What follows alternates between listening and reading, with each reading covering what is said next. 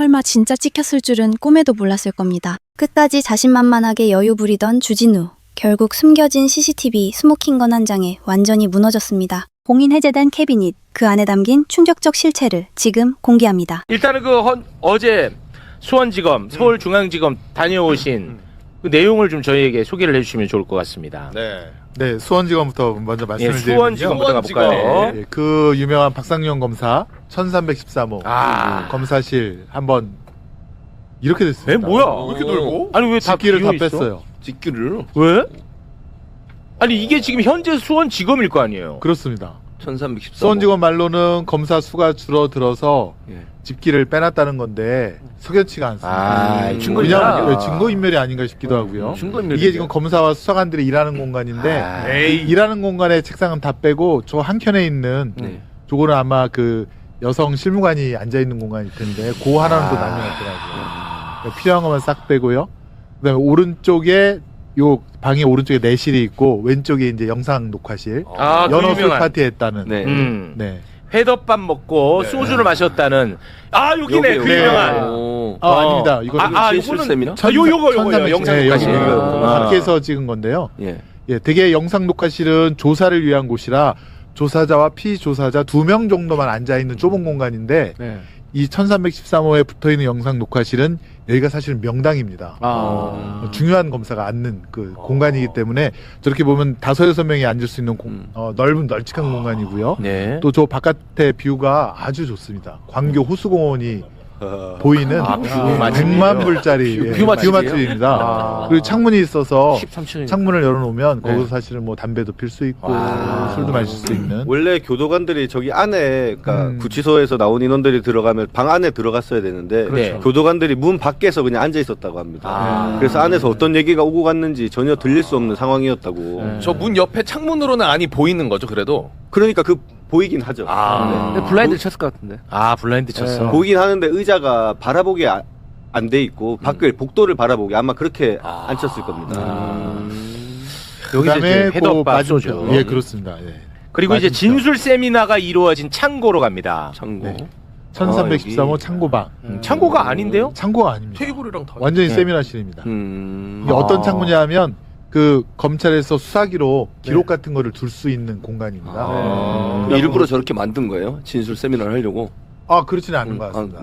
왜냐하면 15층에도 창고방이 또 있거든요. 네. 거기도 보면 저렇게 책상과 의자가 다 완비되어 있고요. 근데 왜 창고방이라고 이름을 붙였을까? 명칭을 그러니까 기록을 그냥 보관하는 곳이라고 기록. 해서 창고라고 했는데 우리가 생각하는 그런 창고는 아니고 여기는 밀실입니다. 밀실. 여기는 창문이 밀실. 그래서 창구방이라 해놨군요. 네, 밀실 그러니까 이제 들어가나. 쌍방울에 뭐 김성태, 박용철, 이화영 부지사가 다 각각 개별적으로 와서 다 저기에 들어갑니다. 근데 저기는 유리창이 없기 때문에 저기 딱 들어가서 문을 딱 잠가 놓으면 아무도 자기들끼리 뭔 짓을 해도 진술 세미나 하기에는 최적화돼 있네요. 최적입니다. 최적. 여기는 이제 그 다음에 여기서 뭐 말이 잘 맞춰지면 그 건너편에 영상 녹화실 뷰 맛집에 거기서 이제 뷰 맛집에서 또 한잔 해야죠. 연어랑 또 소주 한잔 하고 창문 열어놓고 담배 한 대 딱 피고. 시스템이 돼 있네. 그래. 그래서 일부러 외부에서 모르게 창고방이라고 이름을 붙여. 근데 이제 저기 1313호 박상현 검사실이 아까도 말씀드렸지만 명당이거든요. 네. 크고 넓고 좋은 건데 왜 책상과 집기를 뺐을까?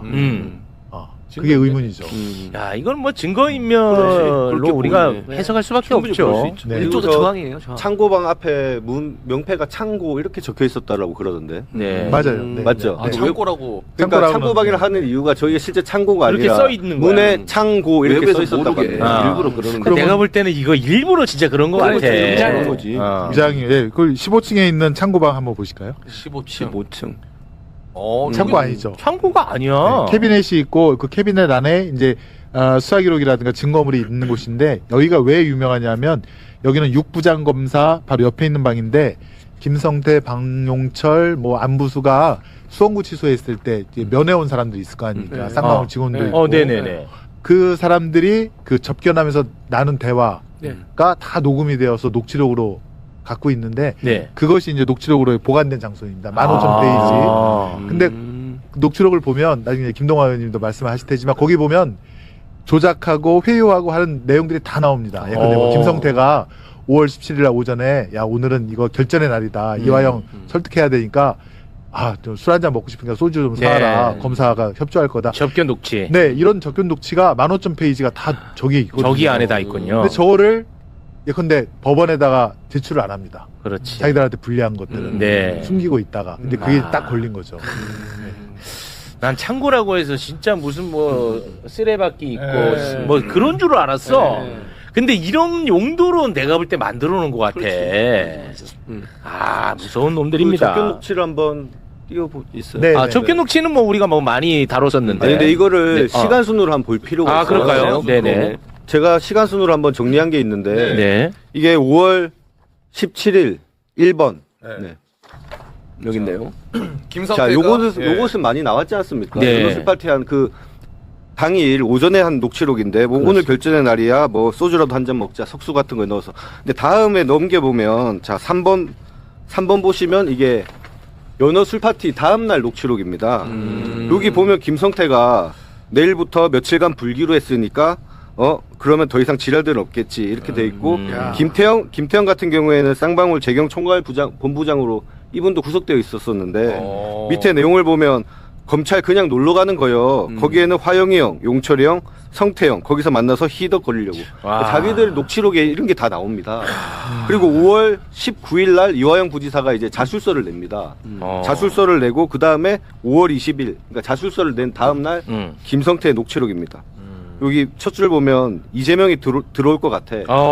거기까지 갔어. 이화영이가 어제 많이. 지들이 원하는 대로 됐으니까 더 이상 많이 괴롭히고 그런 것은 없을 것 같아. 일단은 지들 요구사항대로 했으니까. 이게 생생하게 다 기록되어 있습니다. 연어술 파티의 시작부터 해서 안에서 어떤 일이 있었는지 그리고 그 다음에 이화영이 이제 자백할 거야 예측까지 나왔고 또 실제 자백했다는 내용까지 나오고 이게 시간 순으로 녹취록을 보면 근데 내용 보니까 방금 얘기해주신 지들이 원하는 대로 됐으니까 더 이상 많이 괴롭히고 그런 건 없을 것 같아. 그리고 이화영이가 어제 좀 다 이야기해가지고 난리 났지. 그것들 수원지검 좀 좋아가지고. 아니 근데 이 사람이 조폭인데 조폭이 봤을 때도 그 괴롭히는 상황이면 얼마나 심하게 괴롭혔다는 겁니까? 본인 가족들 뭐 신용불량 되게 만들고 맞아요. 그랬다는 거 아니에요. 네. 이 김성태 씨가 대단한 전조 오거리파의 예. 조폭인데, 예. 그다음에 또 뭐 사채업이라든가 주식 주가 조작으로 이제 돈을 번 사람인데 그 사람이 그 위협을 느낄 정도였으니까 어마어마한 거지. 근데 안 이런데도 얘기했고요. 박상용이랑 와가지고 무슨 상담을 했다 이런 소리를 진짜. 네, 아무튼 5월 20일 날 김성태도 이게 잘 이화영이가 협조할 것이다라고 얘기는 했는데 사실 이화영 부지사가 계속 버티지 않습니까? 네. 구체적인 거는 내가 기억이 안 난다라고 하든가. 그러니까 이제 5월 25일 날 박상영이가 답답하니까 이제 서민석 변호사한테 전화를 하는 거죠. 그렇습니다. 애원을 하죠. 애원을 하죠. 네. 진짜. 이게 딱딱 떨어지잖아. 네. 뭐 더 이상 없어요. 네. 그다음에 이제 결정적인 건 6월 18일 날 검찰 조사 그게 아마 15번째 이화영 부지사가 검찰 조사 피신 조서를 쓴 날인데 그때 이화영 지사가 아니 내가 이재명 지사님한테 어떻게 쌍방울 김성태가 방북 비용을 대준다고 구체적으로 말을 할 수 있겠습니까라고 진술서에 그렇게 씁니다. 네. 그러니까 박상영 하늘이 무너지죠. 그렇지. 그러니까 6월 19일 날 또 서민석한테 전화를 해서 아주 웁니다. 울어. 그냥. 제발 좀 와서 좀 설득해달라. 우리가 뭐 공익제보자도 만들어주고 보석으로 나가고 영장도 청구 안 하게 하고 막 그렇게 웁니다. 그 다음에 6월 20일 날인가 6월 22일 날 이화영 부지사가 드디어 꺾입니다. 그래서 이재명 지사가 보고했느냐 이화영 부지사가 예 그렇습니다. 드디어 그게 첫 탁 나옵니다. 네. 만세를 불렀죠. 박상영이 그렇겠죠. 네, 네. 이게 뭐 타임 테이블로 아주 깔끔하게 정리가 되는 것 같습니다. 자 그리고 어제 뭐 현장 조사 관련해서 더 덧붙일 말씀 있으십니까? 저는 이제 서울중앙지검으로 갔다 왔어요. 팀을 나눠서 가셨군요. 수원하고 제가 거기 현장에서 일단은 유동규가 제대로 조사를 안 받고 불법적인 면담 조사를 했다는 것을 저희가 영상으로 좀 찍어왔습니다. 지금 송출 가능할까요? 네, 좋습니다. 그럼 유동규가 수사받았던 곳입니다. 네. 여기가 검사실이야? 여기가 검사하고 유동규가 아마 여기 앉아서 조사를 받았을 거예요. 여기 앉거나 여기 앉거나 이렇게. 아니요, 거기서 보통 조사를 안 하죠. 그렇게 해야지 되는 거야. 그게 맞는 말이에요. 근데 여기서 김경태 여기 앉고 유동규는 항상 여기서 조사를 받는 거예요. 그래놓고 밖에서 틀린다고? 들린다고 왜 참여를 한다고 얘기한 거예요. 뭐 이게 벽으로 다 둘러싸여 있는 거예요. 문을 실제로 열어놨는지 닫았는지 사실은 알 길은 없어요. 본인 주장은 문을 열어놓고 했다. 네. 원래 교도관 자리가 여기에 있어요. 교도관. 여기에 있다가 문 밖에. 교도관이 정말 정의감이 넘치고 사명감이 넘치면 산에 들어간다는 이유로 자기가 쫓아가서 왜 데려갑니까? 나 볼 겁니다 할 텐데 통상적인 교도관은 여기에 이렇게 대기를 하고 있는 게 그러죠. 그래서 안에서 데리고 조사하면 조사 하나보다 싶으면 충분히 그냥 교도관은 여기에 있고 그런 안에서 조사를 받을 수 있다는 거죠. 아니, 수원지검이랑 똑같은데요? 네. 저희가 그 유동규가 어떻게 조사를 받았냐면 잠깐 자 10번 한번 보시겠습니까? 이게 검사실 배치도인데요. 원래라면 저기 교도관이 앉아 있고 보이는 자리에 그러니까 검사 자리에 원래 저기서 조사를 받게 돼 있습니다. 그 저기가 조사실이고 옆에는 이제 수사관들이 배석하고 있고요. 그래서 다 공개된 자리에서 조사를 받도록 법에 그렇게 규정이 되어 있습니다. 시야에 다 들어오게끔. 네. 그런데 유동규는 항상 저기 검사 개인이 이제 업무를 보는 개인이 집무실로 기록을 가서. 보고 개인이 컴퓨터를 하는 그 집무실에서 조사를 받았다는 겁니다. 저기서 조사도 받고 면담도 받고 모든 것을 다 했는데 그러면 사실상 저희가 볼 때는 저기 밀실 조사를 했다는 겁니다. 그렇게 보이네요. 검찰 측에서는 뭐 밖에서 들렸을 거다라고 하는데 안에서 소곤거리는 소리나 이런 부분이 전혀 들릴 가능성이 없고 교도관 같은 경우에도 저 밖에서 있기 때문에 안에서 알 수가 어떤 없죠. 이제 모의가 일어났는지 전혀 알 수 없었을 것이다. 네. 저희는 그렇게 보고 있습니다. 네. 박상용 검사도 아까 말씀드린 대로 검사 내실, 네. 내실 안에서 쌍방울 김성태를 단둘이서 수덕수덕하면서 조사를 했다는 거잖아요. 맞아요. 네. 구조가 똑같은데요. 이게 수법들이 다 똑같은 것 같습니다. 그러니까 이게- 보통 우리가 교도관님들이 우리 대학교 강의실에 있는 그 의자 있지 않습니까? 맞아요. 딱 그거에 앉아 있거든요. 책상이랑 있으면서. 이게 분위기가 바깥에 의자를 놔두면 교도관이 그 의자를 들고 가서 이렇게 조사실까지 들고 갈 수 있는 그런 분위기가 아닙니다. 검찰이 조용히 이렇게 강압적인 분위기가 되기 때문에. 네. 우리 알겠습니다. 수원팀도 마지막 하나 꼭 말씀드릴 게 네네. 있는데 수원팀 3번 한번 PPT 자, 수원지검을 찾아간 팀. 네. 지금 이제 국민의힘 의원들이 주장하는 게 근데 연어랑 소주가 6시 40분에 반입이 됐다는 거잖아요. 네. 여기 태그 기록 보면 다 나오는데. 네. 근데 이제 설모 변호사가 7시쯤 왔기 때문에 그 20분 안에 어떻게 연어 먹고 술 먹고 다 치울 수 있겠느냐. 네. 그 얘기를 항상 합니다. 근데 네. 보시면 김성태 쌍방울 회장 수발을 들은 박상웅 씨가 밤 8시 34분에 수원지검에서 나간 기록이 있고요. 네. 그다음에 2번 거 보시면 두 번째 PPT 5월 17일 아래쪽 보시면 김성태 회장이 그날 수원구치소에서 1시 20분에 나왔다가 밤 9시 44분에 복귀합니다. 방용철, 이화영 씨도 밤 9시 44분에 복귀하고요. 그러니까 수원지검에 거의 밤 9시 20분까지 있었다는 거예요. 네. 6시 반부터 밤 9시 20분까지. 네. 그러니까 설모 변호사가 뭐 왔건 안 왔건 간에 그 공간에서 한 3시간 동안 충분히 술을 먹을 수 있는 시간이 충분했다. 그렇습니다. 그리고 이제 그 국민의힘원들. 설모 변호사도 네. 그때 당시에는 민주당 출신 변호사지만 지금 민주당과 적대적인 관계이기 때문에 그렇습니다. 본인이 그때 그것을 다 봤다고 하더라도 지금은 적대적인 관계 때문에 못 봤다고 할 가능성이 매우 높아요. 네, 네. 네. 그렇습니다. 그래서 저렇게 다 아니, 근데 객관적으로 그거는 확인이 된다는 사실은 걸 얘기가 안 되는 게 항상 김성태, 이화영 뭐 여러 등등 방용철 불러서 항상 진술 세미나를 하고 창고방에 모여 있었는데 설주한 변호사는 그런 장면도 본 적이 없다는 취지로 계속 얘기를 하고 있지 않습니까? 네. 저는 그것은 있을 수 없는 얘기라 생각되고 아까 그 김성태가 그 교도소에서 한 녹취록을 보더라도 분명히 자기들끼리 말을 맞추고 그 내용을 다 파악하고 있는 그런 정황이 있기 네. 때문에 근데 저는 신빙성이 매우 떨어진다. 설모 변호사 이야기는 할 필요 없다는 주의자입니다. 봤든 안 봤든 뭐가 중요해. 그렇죠. 냄새를 맡았든 안 맡았든 뭐가 중요해. 이미 다른 걸로 뒷받침할 만한 증거가 너무 많아요. 맞아요. 예, 그런 얘기는 굳이 할 필요 없습니다. 네. 자, 어제 그러면 현장 조사 이야기는 이 정도로 마무리하고요. 하나가 더 남았는데. 아니, 그 지금 너무 갈 길이 멀어요. 하나 더 남은 거는 현수막에 좀 걸어주세요. 예. 남욱에 대한 건데 예, 다음에 하겠습니다. 나무 그 고치감? 네, 나무 고치감. 고치감 얘기만 짧게 그 부탁드립니다. 서영교 의원님이 네, 그 고치감. 자료를 그려줘서 네. 11번 혹시 나오나요? 그 남욱이 이틀 동안에 네. 검찰청 구치감에 이제 갇혀 있지 네, 않았습니까? 2박 3일. 그 구치감. 자료가 지금 안 되는 것 같은데 같은데 안 되나요? 네.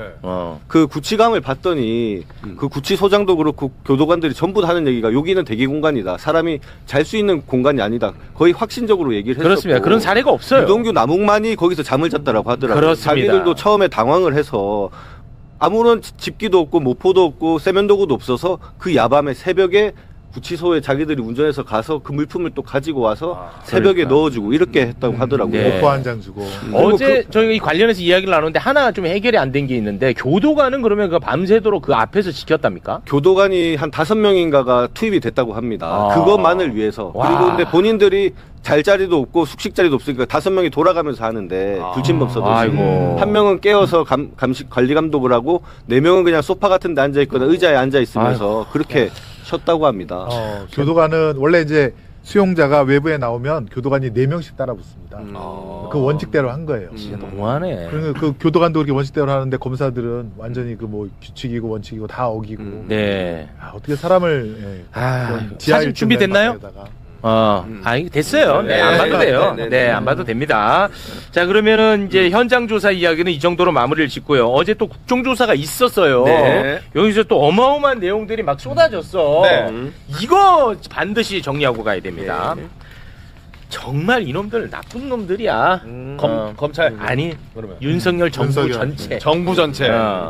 문재인 정부 시절에 있었던 서해 공무원 피격 사건이라고 하는 대단히 안타까운 사건이 있었습니다. 네. 이 대단히 안타까운 사건을 윤석열 정부는 정치적으로 활용을 했어요. 그러니까 이 자체가 악마야. 이 자체가 네. 정말 끔찍한 사건, 그 비극적 사건을 정치적으로 활용을 한 거야. 윤석열 정부로 정권이 바뀌고 나서 문재인 정부 인사들이 피격된 공무원을 자진 월북으로 거짓으로 몰아갔다면서 박지원 의원을 비롯한 문재인 정부 인사들을 기소를 해버렸어요. 정말 나쁜 놈들이지. 네. 결국 재판받고 최근에 무죄 받았잖아. 다. 네. 무죄 다 받았습니다. 이 과정에서 조작에 개입한 범인들이 어제 국정조사에서 다 튀어나왔어요. 야, 이 대박입니다. 어마어마한 성과가 있었습니다. 그러면 그 과정의 범인들 과정마다 다 색출해 내겠습니다. 지금부터. 윤석열은요, 대통령으로서 하고 싶었던 일은 오직 단 하나, 정적 제거 말고는 없었어. 나머지는 그냥 술 먹고 사우나하고 자빠져 자고 이거밖에 없어. 근데 진짜 하고 싶었던 건 있었어. 정적 제거. 정적 제거. 예. 윤석열 취임 직후 2022년 5월 24일에서 5월 26일까지 저거 윤석열 취임 직후잖아. 완전 맞지? 직후. 완전 직후지. 대한민국의 안보 이슈가 특별히 없었습니다. 그런데 갑자기 NSC 국가안전보장회의를 개최를 딱 해요. 이걸 왜 개최했냐? 바로 이게 서해 공무원 피격 사건을 조작하기 위한 자리로 의심이 됩니다. 보면 알아. 이 부분을 우리 김동아 의원이 기가 막히게 또 지적을 해냅니다. 여기에서 범인들 다 튀어나옵니다. 네. 엄청나게 친근한 이름들 튀어나옵니다. 함께 보시죠.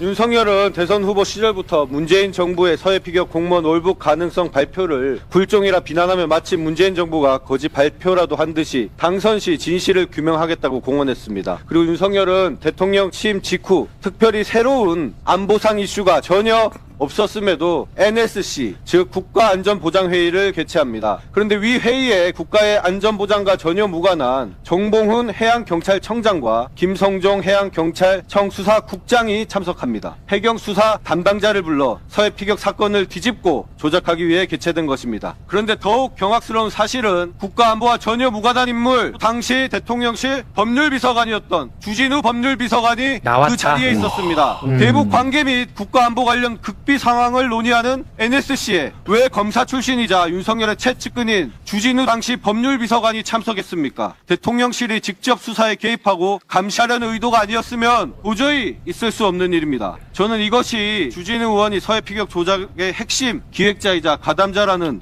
강력한 방증이라고 생각합니다. 나왔다 주진우. 이 NSC가 서해 공무원 피격 사건 조작에 큰 그림을 그렸던 자리로 보는 겁니다. 원래 이거 기가 막혔습니다. 근데 어제 앞을 보고 들었는데 카메라가 옆에서 찍어가지고 잘 나왔어요. 네, 그러니까 속 터졌어요 저도. 원래 법률비서관이 들어가는 자리가 아닌 거죠? 전혀 아니라고 전혀 합니다. 아닙니다. 전 정권도 그렇고 지금 제가 말씀드리긴 그렇지만 여러분들한테 조사를 한 상황에서 법률비서관이 전혀 들어갈 수 있는 자리가 아니었고 특히 그 당시에는 국가안전보장과 관련된 어떠한 이슈도 없는 상황이었고 네. 더 나아가서 명확하게 확인된 것도 해양경찰청장과 수사국장이 들어갑니다. 수사하는 사람이 사실은 들어갈 자리가 아닌 거죠. 그렇지. 국가의 안보에 관한 상황인데 아. 그리고 지금 군에서도 그 NSC와 그 이후에 이어진 실무회의에서 그 누구냐 김태효 천천히 가면 돼요. 그거 제가 해드릴게요. 김태효 실장이 네. 명확하게 지시를 했다라는 그렇습니다. 어제 그런 증언을 자, 받아냈습니다. 보십시오. 이제 윤석열 취임하자마자 NSC 열어서 여기서 이제 큰 기획을 합니다. 됐죠? 그러면 이제 그 이후에 행동이 따를 거 아닙니까? 실행이 되죠. 이제부터 이제 범인들 또 다 튀어나옵니다. 요거는 한마디 네. 말씀. 네. 이게 5월 24일 NSC 개최한 거 아닙니까? 네네. 윤석열이 5월 11일 대통령 임기 시작하고 나서 5월 17일 한동훈을 법무부 장관으로 임명을 하고 5월 23일 날 이원석 그다음에 서울중앙지검장 송경호 5월 23일 날 수원지검장 홍승욱 그 가장 중요한 세 개의 편대를 자기의 친윤 검사장으로 앉힙니다. 그게 5월 23일입니다. 그다음에 5월 24일 NS 개최하고. 그러니까 이놈들은 그다음에 착착착착 그냥 그러니까 정적 제거 말고는 머릿속에 없었어요. 대장동 수사팀 2기 수사팀이 5월 말에 발령을 받습니다. 내부적으로. 어미중 강백신이 네. 제대로 된 발령 인사명령도 없이 먼저 가서 기록을 검토하고 있었어요. TF를 5월 만들어서. 말입니다. 네. 그러니까 이런 것들이 다 계획대로 순서대로 진행이 됐다는 자, 거죠. 그럼 지금 일단 그렇습니다. 서해 공무원 피격 사건에 한해서 이야기합니다. 네. 자, 이제 실행에 들어가겠죠. 요걸 제가 잠깐 정리를 해드리겠습니다. 2020년 9월 해수부 공무원 이모 씨가 북한군에 의해서 사살되는 일이 발생을 했습니다. 근데 당시, 그러니까 문재인 정부 때죠. 당시 해경은 군 당국 첩보를 근거로 해서 공무원 이모 씨의 월북 의사를 확인했다고 발표를 했어요. 이게 다야 사건에. 근데 그리고 이제 정권이 바뀌었잖아요. 정권이 딱 바뀌었어. 근데 윤석열 정부로 바뀌자마자 해경은 같은 해경인데 정권만 바뀌었어. 해경은 그 어떠한 새로운 증거도 없이 갑자기 월북 의사가 없었다고 발표를 해버려요. 와, 아예 정반대로. 자, 이렇게 아예 정반대로 발표하는 모습을 일단 잠깐 영상으로 보고 오겠습니다. 북측 민간 선박의 월북 의사를 표명한 구체적인 정황 등을 고려할 때 실종자는 월북한 것으로 판단됩니다. 종합적인 수사를 진행했으나 월북 의도를 인정할 만한 증거는 발견하지 못했습니다. 자, 이렇게 정말 동전 뒤집듯이. 됐지? 네. 그러면 이 짓을 과연 누가 했을까? 이제 범인 잡습니다. NSC 아까 열었죠? 네. 그 이후 해경이 2022년 6월 16일에 수사 결과를 지금 발표를 한 거예요. 그런데 그 사이 NSC와 이 발표 그 사이에 6월 10일 김태효 주재로 관련 회의를 개최를 합니다. 그 회의 그 결과 잠깐 좀 소개를 해주시겠습니까? 네. 그때 당시 회의를 하고 나서 월북이 아니라 조작한 것이라는 식으로 수정하라는 지시가 있었다고 얘기를 하고 있는 거죠. 아니 요것만 해주세요. 네. 김태효, 이거 나한테는 안 줬어. 주재는 김태효 안보실 1차장이 했고요. 참석자는 군 정책기획이겠죠. 차장, 해경수사국장, 그리고 회의 안건은 수사 브리핑 아니었고 6월 13일 대통령께 보고할 예정이라고 얘기를 했었습니다. 자, 여기에 군 정책 기획 차장이 여기 들어와 있잖아요. 네. 요 사람이 이번에 국정조사 현장에 나왔어요. 저 사람이? 네, 요 사람이. 네. 이 사람 군인입니다. 네. 투스타. 이 사람이 딱 얘기를 했습니다. 여기서 그냥 끝납니다. 여기서 이제 범인 정확하게 튀어나오는데요. 함께 보시죠. 네, 증인. 이 문건 생각나시죠? 이 보고서. 네. 증인이 작성하신 겁니까? 네, 그렇습니다. 여기에 6월 10일, 2022년 6월 10일 안보실 1차장 주관 회의를 했죠? 네. 그래서 협의한 결과를 바꿔라. 월북이 아니고 조작한 거다. 이런 식으로 바꿔라 하는 회의가 있었고 그런 지시가 내려진 거죠. 그 전날까지 국방부는 이제 내부 자체적으로 TF를 편성해서 회의를 했고 새로운 사실이었기 때문에 우리는 추가 발표할 것이 없다고 이제 이렇게 보고를 했습니다. 그렇습니다. 그 다음 보시죠. 그래서 국방부는 이렇게 입장을 정했어요. 최초 발표했던 내용이 틀리지 않았음을 재확인. 이렇게 해서 대통령실로 갔었죠. 네, 그렇습니다. 그럼에도 불구하고 국방부의 입장 번복을 요구했고 특히 김태호가 증인을 심하게 질책했죠. 그 보도자료 초안을 가져갔습니다. 예. 요구를 해가지고 초안을 가져갔는데 거기서 직접 수정도 하고 그렇게 했었어요. 그러니까 김태호가 직접 수정하고 네. 그 사이에 아무런 조사도 없고 새로운 증거도 없었는데 김태호가 직접 긋고 새로 수정해서 그대로 국방부 해경 발표하라고 한 거 아닙니까? 네. 됐지. 발표 조작 범인 김태효 이렇게 볼 수 있죠. 범인 내 다 튀어나온다고 했지. 확실한데? 끝난 거 아니야 이거. 각 과정에서 지금 범인들 다 튀어나옵니다. 됐죠. 예. 자 그리고 대박이다 이거. 이제 고발을 기소됐다고 했으니까 네. 고발을 한 놈이 잡아야 될 거 아니에요. 이제 고발 지시한 놈 잡으러 갑니다. 네.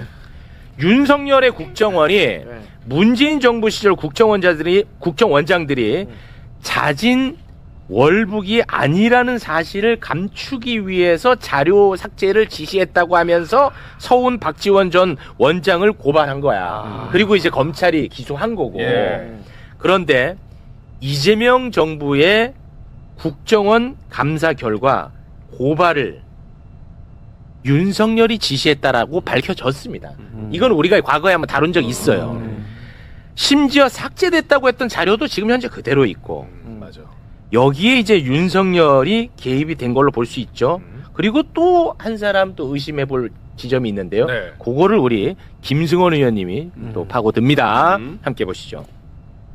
국정원의 그 보고서에 의하면 윤석열이 지원 원장님에 대한 고발을 지시했다. 이거는 확실하게 밝혀진 것 같아요. 예, 그렇습니다. 근거는 그때 국정원장 김규현 전 원장. 그 사람의 수첩인가요? 아닙니다. 윤석열 대통령께 보고한 보고서 거기에 그런 그 정황들이 있었습니다. 그렇지. 그 고발장은 누가 썼느냐? 고발장 작성은 저희 TF에서 총괄해서 썼고 제가 그걸 총괄했습니다. 삭제 지시가 없었다는 수많은 국정원들의 직원들의 증언이 진술서가 있었어요. 그거는 맞죠? 예, 예, 맞습니다. 퇴역 증인 확인했습니까? 그때는 확인되지 않았습니다. 고발장 쓰라는 지시 내려오고 나서 며칠 만에 썼냐고요? 하루 이틀 정도였던 것 같습니다. 하루 이틀 쓰고 바로 그냥 검찰에 보냈다 이겁니까?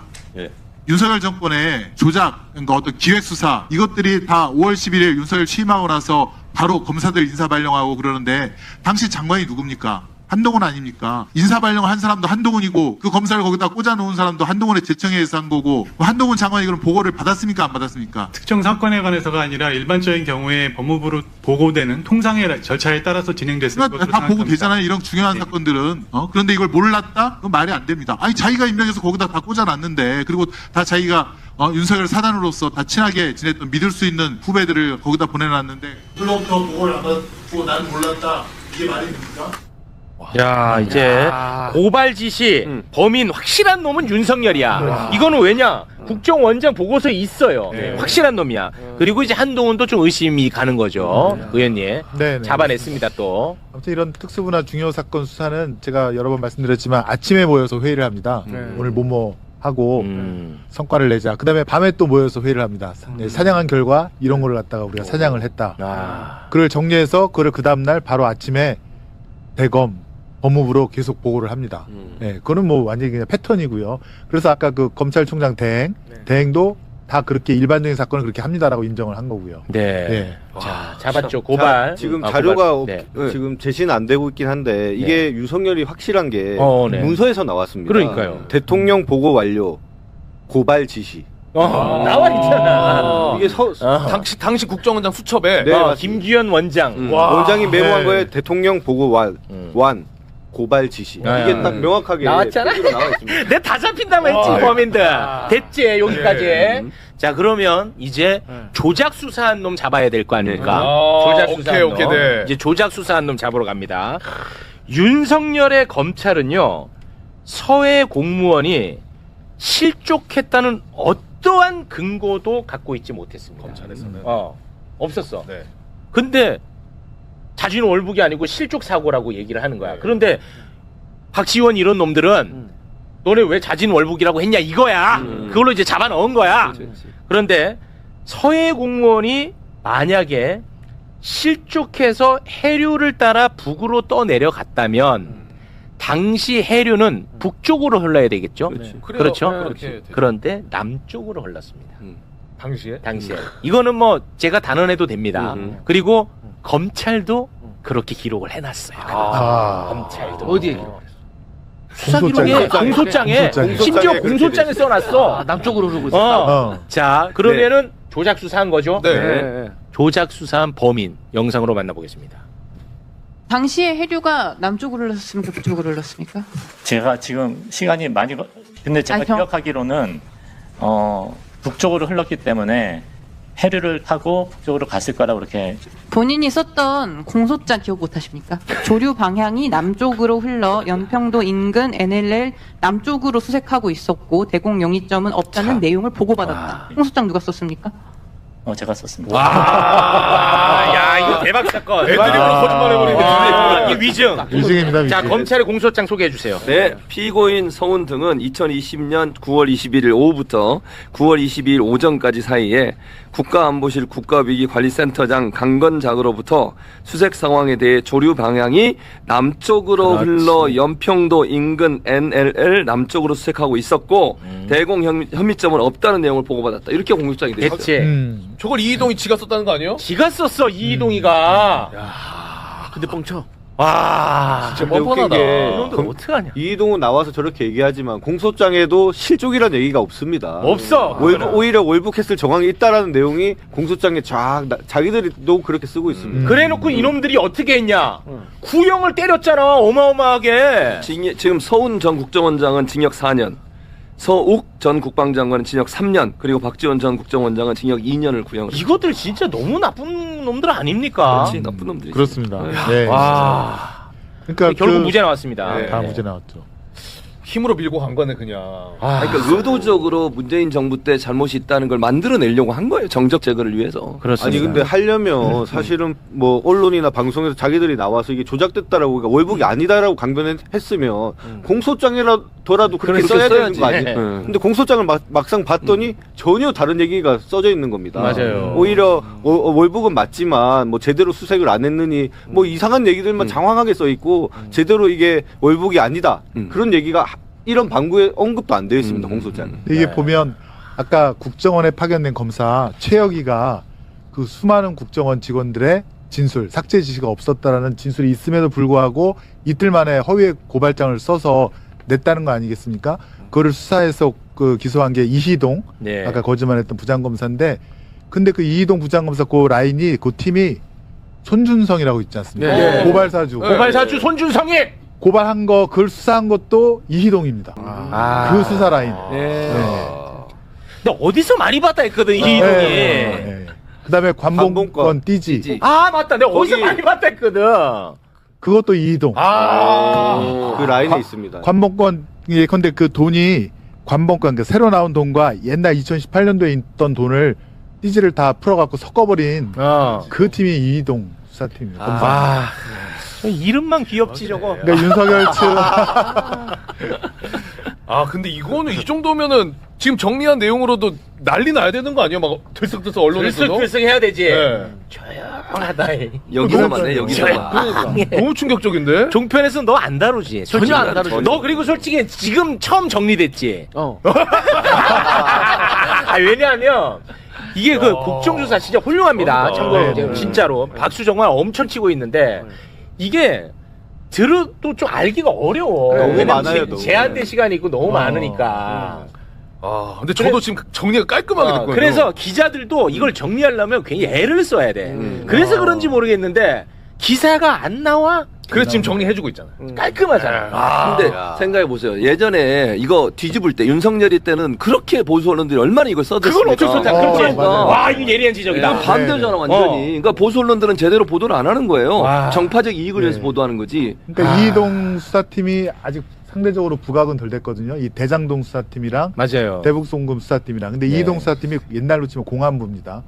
공안부. 그러니까 이제 최혁 그 국정원 검사가 쓴 그런 고발장, 손준성이 써준 그 고발장, 그때는 그 누구였죠? 최강욱 선배랑 이렇게 했던 네, 거. 네네. 그런 거를 다루는 게 공안부거든요. 아. 그 공안부의 그 수사 라인이 이희동 라인. 요 세 개 수사팀은 좀 기억을 해주셨으면 좋겠어요. 네. 그래서 이제 제가 두 분께 마지막으로 질문 드리면서 마무리 지어야 됩니다. 그러면 지금 이제 범인들 다 색출해 냈잖아요. 네. 윤석열, 김태효, 주진우, 이희동 이름 다 튀어나왔잖아요. 네. 이자들 이제 어떻게 할 겁니까? 저희가 국정조사를 통해서 이 사람들을 처벌할 수가 없고 그렇죠. 그렇다고 검찰을 믿고 검찰의 수사를 맡길 수도 없고 그렇다고 공수처가 지금 제대로 수사를 하느냐 안 돌아가죠. 그것도 아니고 그러면 결국은 특검밖에 답이 없을 것 같습니다. 저희가 지금 결론을 정해놓게 하는 게 아니라 지금 드러난 사실 드러났잖아. 사실만 보더라도 정말 희대의 국정농단이지 않습니까? 그렇습니다. 검찰이라는 국가 권력을 이용해서 정적 제거를 하기 위해서 그리고 정치 보복을 위해서 네. 정말 모든 이 국정농단을 한 것에 대해서 저희가 특검을 통해서 심판을 할 수밖에 없지 않나 그렇습니다. 그렇게 생각하고 있습니다. 근데 내가 들을 때마다 이게 참 내 귀에 조금 안착이 안 되는 표현이 있어요. 윤석열의 정치 보복을 위해서 이런 짓을 했다. 윤석열은 얻은 것만 있지 보복 당한 적이 없어. 뭘 해코지 당한 적이 없어. 그렇지. 그래서 그러네. 누구를 보복할 수가 없어요. 그러네. 그렇잖아. 아, 진짜 그러네. 근데 윤석열이 뭐 정치 보복을 위해서 정적 제거를 했다. 우리가 이제 편의상 그렇게 표현하잖아요. 그때 엄청 삐진 것 같아요. 총장 할 때 많이 그 뭐 추미애 대표나 여러분들이 좀 공격을 하지 않았습니까? 이때 아마 앙심을 크게 품지 않았을까. 징계하고 막 그런데. 그 소갈머리 그 작은 그걸로 네. 복수심을 막 불태우지 않았을까. 그런 생각입니다. 해코지를 당한 게 없는데 자꾸 정치 보복이라는 말도 나는 이것도 너무 과하다. 예. 어쨌건 그 최고의 정점에는 윤석열이 있었다. 그건 맞죠. 그래서 대통령실도 움직였고 국정원도 움직였고 주가 조작 관련해서는 금감원도 거기는 또 이복현 원장 검사 출신 맞습니다. 원장이 있지 않았어요. 그런 권력기관들이 다 움직인 거는 윤석열이 그 위에 있었기 때문이고 그에 대한 그 진실은 특검을 통해서만 네. 윗선을 밝힐 수 있지 않느냐 아유. 그런 입장입니다. 꼭 좀 부탁을 드리겠습니다. 자, 그러면 두 분과는 여기서 좀 인사를 나누겠습니다. 오늘 이제 첫 출연이시니까 우리 김동아 의원님께만 끝인사 기회 한번 드리겠습니다. 아 그런가요? 네. 아 열심히 국정조사 임하고 있습니다. 많이 응원해 주시고 후원도 조금 부탁드리겠습니다. 열심히 하겠습니다. 김동아 의원, 김수원 의원 대단히 고맙습니다. 감사합니다.